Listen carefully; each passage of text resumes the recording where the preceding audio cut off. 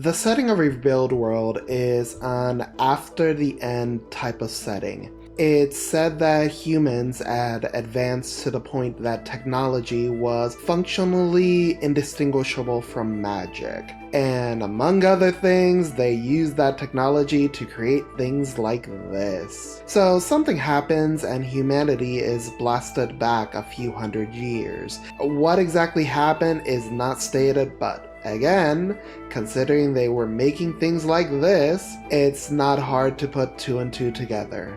So now humans huddle in mega cities surrounded by vast wastelands. Humans that have taken the profession of hunter travel into the ruins of the old world to collect lost technology. Among these humans are special individuals capable of psychically linking to surviving networks of the old world. The main character, Akira, is one of these people, known as an old world connector.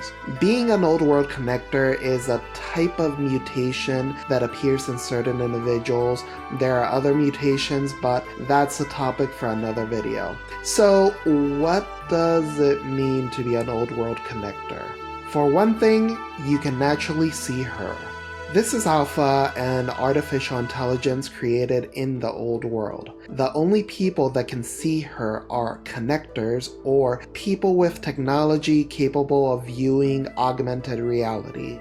Following their meeting, Alpha formed a contract with Akira in exchange for completing a mission for her, one which we still don't have much in the way of details on. Alpha is planning on providing support for Akira. One part of this is training him to become a better hunter, teaching him how to read and write, training him through VR exercises, etc. The other part is mission control. Alpha is capable of detecting other humans, creatures, or machines. It's as if she has a map hack. She's also able to use her knowledge to calculate the trajectory of gunfire. She's also capable of hacking certain machines. Technically, this is her asserting authority over certain machines, which makes me wonder about a few earlier events in the series, but let's not go there right now. Finally, if Akira is wearing power armor, he's able to let Alpha take control of his body.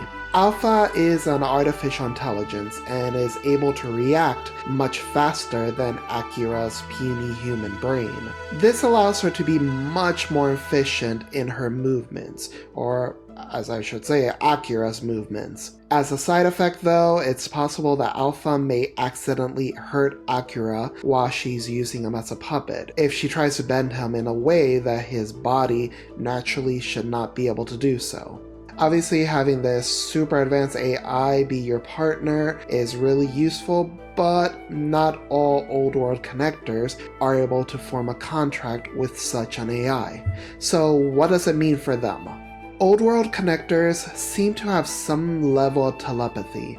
In at least some cases, they're able to psychically communicate with other old world connectors. Akira is also able to communicate telepathically with Alpha, which is great, as talking to yourself is still seen as odd in this world. Besides that, Akira is also capable of some variation of emotion manipulation via projecting his own emotions onto other people. So if he likes someone, they'll like him. If he hates someone, they'll hate him. In Akira's case, he spent his formative years homeless and alone. And as a result of this, he was naturally suspicious of people around him, which made them naturally suspicious of him, though he does mostly get better over the course of the series. Katsuya is our resident Kirito clone, and he channels his inner Kirito by surrounding himself with a harem of girls. Unfortunately, it seems that he may be psychically manipulating those girls into liking him. Unconsciously, mind you, he doesn't actually seem to be aware that he's doing this. It should also be noted that the one girl he is actually infatuated with is not interested in him but his rival, our boy Akira. Of course, Akira, who cares more about food and bath than he does about women, and frankly, when he does show an actual interest in women, it's been older women. The point I'm trying to make is some people are capable of resisting the telepathy of an old world connector. Carol is another old world connector. She's a bit yabai. Carol, besides being a hunter, also works as a prostitute, a very high in demand prostitute. She's so good at her job. She once broke apart a team of male hunters by sleeping with each of them and letting them fight over her. Excuse me.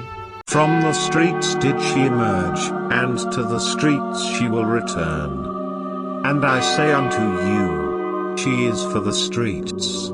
So be not weary when she must return from whence she came. It's suggested in the story that she uses telepathy to link with her partner, allowing them to feel not only their own pleasure but hers as well, which is part of the reason that she's as in demand as she is.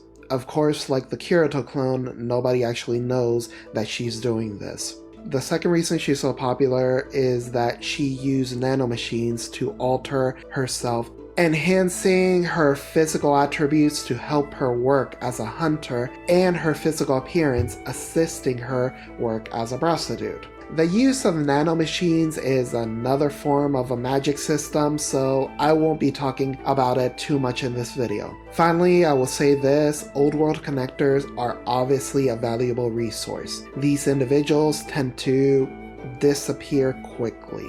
What happens to them tends to vary depending on who acquires them, but becoming a brain in a jar is a possible fate. Akira is identified as an old world connector by two women, both friends of his. They both decided to keep his status a secret, lest poor Akira become less headstrong. Carol herself has an escape plan just in case she's identified as an old world connector.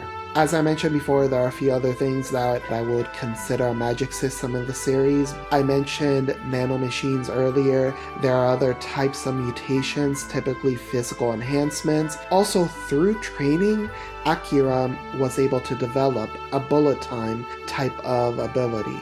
But those are deserving of a separate video. Anyway, thanks for coming by. If you read this series, please feel free to comment down below and let me know what you think. If you enjoyed this video, please like the page, and if you have enjoyed my inane ramblings, please feel free to subscribe down below.